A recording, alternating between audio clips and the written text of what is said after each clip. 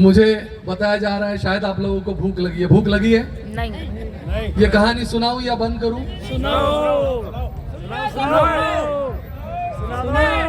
पीछे वाले क्या आराम करने आए हैं? जरा पीछे वाला आवाज आए। खाना खाना है या कहानी सुननी है? पीछे बोल रहे खाना खाना है। Thank you. पीछे वाला ज्यादा नहीं वक्त लूंगा, पर जरूर ये दो कहानियां छोटी सी है, मैं ज्यादा नहीं अब बीच में कुछ बताता, बस वही मैं बोलता हूं। अब बंदर पर जहाज आ गया, कहानी देखो, आप अपने आप को लेकर जाओ वहां। मैं जैसे जैसे शब्द बोलूंगा वैसे वैसे उस शब्द के साथ एक उड़ान भरो और वहां जाओ। बहुत सा धक्का, यानी गेटवे ऑफ इंडिया के पास ही है वो। गेटवे ऑफ इंडिया के पास उस बंदर पर लोगों की इतनी भीड़। बाबा साहब को देखने पहला बैरिस्टर, महार समाज का पहला बैरिस्टर आ गया।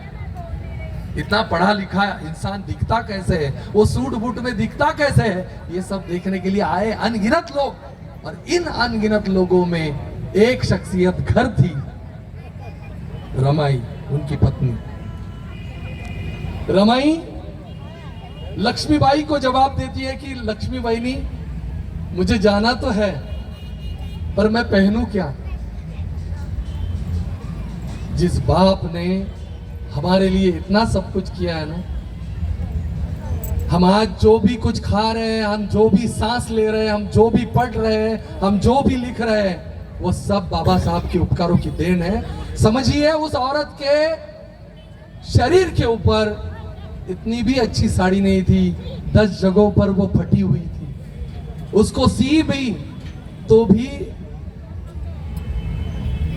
उस धागे को और उस कपड़े को दर्द होता, कितना सिलाएगी। ऐसा जर हुआ कपड़ा पहने हुई रमा, जिसका पति बैरिस्टर बनकर आया है। पति को मिलने की आस है, क्योंकि इतना सारा सब कुछ जिंदगी में हुआ है। 4 बच्चे गए थे, 4 बच्चों का जाना, पति से छुपाना, लिखे हुए खतों में सिर्फ बताना, इतना नहीं होता सहन। अब सोच रही है कि क्या पहन कर जाऊं। साहब आए हैं तो मेरा पति है, मैं जाकर देखूं तो यार जहाज से उतरेगा, मेरा साहब कैसा दिखेगा। जिस पति को बनाने के लिए मैंने अपना त्याग दिया है, मैं आगे आने वाले कुछ सालों में खत्म हो जाऊंगी, ये भावना भी उस वक्त उसके मन में नहीं थी। उस वक्त उसके आज अपने पास कितनी साड़ियां, कितने ड्रेस हैं। उस वक्त एक साड़ी, एक ड्रेस, एक साड़ी नहीं थी उसके पास। रमाई रो रही थी, सोच रही थी क्या करूं। उसी वक्त उसके दिमाग में एक सवाल आता है, एक याद आती है। जब छत्रपति शाहू महाराज घर पे मिलने आए थे, तब उन्होंने एक पटका बाबा साहब को और रमाई को भेंट दिया था, एक कपड़ा भेंट दिया था। मेरी माँ वो कपड़ा पहनकर बहुत सा धक्का वहां गई जहां वो जहाज उतरने वाला था। बाबा साहब उतरे, उतरने के बाद ये पूरा लोगों का कारवां है जो चिल्ला रहा है, बाबा साहेबान साहब विजय सो, बाबा साहब जिंदाबाद, बाबा साहब जिंदाबाद। अब बाबा साहब जब बाहर आते हैं तो हर उस भीड़ को देखते हैं, बस उनकी आंखें तलाश करती है एक नजर को, अपनी रमा को। वो रामू को ढूंढ रहे हैं, वो अपनी रमाबाई को रामू बोलते थे। अपनी रामू को ढूंढते हुए बाबा साहब की नजर जाती है और एक पेड़ के पास खड़ी हुई रमू दिखाई देती है।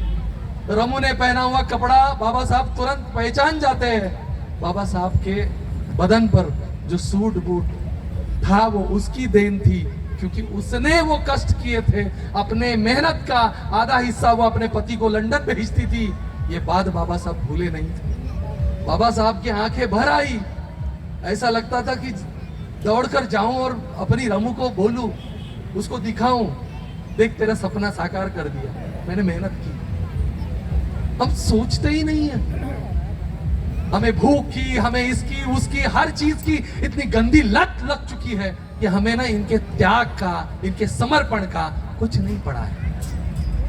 आज भी जब किताब पढ़ता हूं ना, तब रोता हूं अपने आप में, इतना फील करता हूं, ऐसा लगता है यहाँ सामने क्या लगता होगा उसको कि मेरा पति है, मैं दौड़कर आ नहीं सकती क्योंकि मैंने ऐसा कपड़ा पहना है जो कपड़ा लोग सम्मान में दिया करते हैं। उस बात को बाबा साहब ने यहाँ रखा और उसके बाद बाबा साहब ने रमाई के लिए कुछ कपड़े खरीदे। सोने का गहने का जब जिक्र हुआ तब बाबा साहब सिर्फ एक ही बात बोले कि तुम्हें जितना सोना चाहिए उतना सोना मैं देता हूं, पर एक काम करना, तुम अपनी मांग मत भरना मेरे नाम की, मैं तुम्हें जितना चाहिए उतना सोना। आप सोचो उस वक्त की पढ़ाई बाबा साहब ने की हुई, कितना दूर का लक्ष्य था। बाबा साहब जिनको घर नहीं था, एक समाज जहां जिनको पहचान नहीं थी, उन बाबा साहब ने अपने राजगृह बंगले के लिए, अपने बीवी को दिए हुए सपने के लिए उस राजगृह को दादर जैसे, जब दादर में अपने लोगों को कोई प्लॉट भी नहीं देता था, वहां ये इतना बड़ा प्लॉट डॉक्टर बाबा साहब अम्बेडकर ने खरीदा। उस वक्त 85,000 रुपीज खर्चे किए। 85,000 उस वक्त 1930 में, मतलब हम सोच नहीं सकते कि जिस बंदे ने एजुकेशन इंस्टीट्यूशंस खड़े किए, समाज को अगर खड़ा करना है तो हमें शिक्षा हासिल करनी पड़ेगी, हमें संगठित रहना पड़ेगा, हमें काम करना पड़ेगा। हो गया, हमें काम करना पड़ेगा। BS4 के नेतृत्व में आने वाले समय में हम एक पहल देते हैं, हम एक लक्ष्य ठान लेते हैं। हम कोई राजनीतिक दल नहीं है, हम एक सामाजिक संगठन है। हम सामाजिक संगठन तब कामयाब बन सकेंगे जब हम सामाजिक, शैक्षणिक, आर्थिक एवं आरोग्य इन क्षेत्रों में अपना एक रुतबा बनाएं। मैं चाहूंगा आप और हम मिलकर इन सारी चीजों में ध्यान दें। बताने के लिए और बात करने के लिए बहुत कुछ है, पर कुछ चेहरों के ऊपर बहुत अच्छा सीरियसनेस दिखाई दे रहा है, कुछ चेहरों के ऊपर हंसी मजाक सुनाई दे रहा है। यही हालात है और यही कारण है। जिस दिन हम ठान लेंगे ना कि हमें बदलाव लाना है, तभी हम इन जैसे युवाओं के ऊपर हम अपना लक्ष्य दे पाएंगे, तभी ये निर्माण होगा।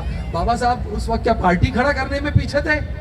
उस वक्त बाबा साहब लगे हुए थे मिलिंद विद्यालय खड़ा करने में। उस वक्त बाबा साहब खड़ा कर रहे थे सिद्धार्थ महाविद्यालय। आज भी जाओ मुंबई में, आज भी जाओ औरंगाबाद में, देखो बाबा साहब ने क्या बना के रखा है। ये होता है विजन। हम नहीं विजन पा रहे। मैं चाहूंगा, देखो गलतियां आपकी नहीं है, हम सब की है, हम सब है उसमें जिम्मेदार, हम सब है। तो आओ मिलकर एक वचन हम जरूर लेते हैं कि आने वाले समय में हमें तुरंत नहीं बड़ा बनना है। बड़ा बनने के लिए उस पौधे को भी नीचे जमीन में जाना होता है, उसको खड़ा होना होता है, उसके बाद वो पेड़ बड़ा बनता है। मैडम जी के नेतृत्व में जसविंदर मैडम ने आज मुझे यहाँ बुलाया, सम्मानित किया, आप सभी ने मुझे सुना। आई एम सॉरी, गलती से गुस्से से मैं बोल जाता हूँ, गुस्सा कर जाता हूँ, पर मैं सच में थोड़ा सा पागल हूँ इन सारे मामले में। मुझे ऐसा लगता है कि हम कब तक और कैसे, मतलब हम भी खत्म हो जाएंगे। तो आपको लगता है आने वाली ये हमारी लास्ट जनरेशन है जो मूवमेंट करेगी, इसके बाद मूवमेंट नहीं है। इसीलिए शायद हमें चुना है मूवमेंट को खड़ा करने के लिए। तो यही अभिवचन के साथ फिर कभी आप लोगों से रूबरू होने का मौका मिलेगा। आप महिला माताओं के साथ एक दिन जरूर कहानियों का सिलसिला, एक बार आपको रमाबाई सुनाऊंगा, एक बार आपको सावित्रीबाई फुले सुनाऊंगा। एक कहानी हम एक रोज करते जाएंगे। और लास्ट बट नॉट लीस्ट, ये सारी जिम्मेदारी महिलाओं के ऊपर बहुत ज्यादा है, क्योंकि आप अगर रास्ते पर उतरोगी, आप अगर उठ जाओगी, तो ये संघर्ष परिवर्तन की दिशा लेगा और एक कामयाबी हासिल करेगा। आप ही माता बहनों का विश्वास है, क्योंकि आप ही से वो गर्व पनपता है जो इतिहास लिखता है। सो बस यही कहकर मैं आपसे रजा चाहूंगा। फिर से आप सभी को जयंती की बहुत बहुत शुभकामनाएं।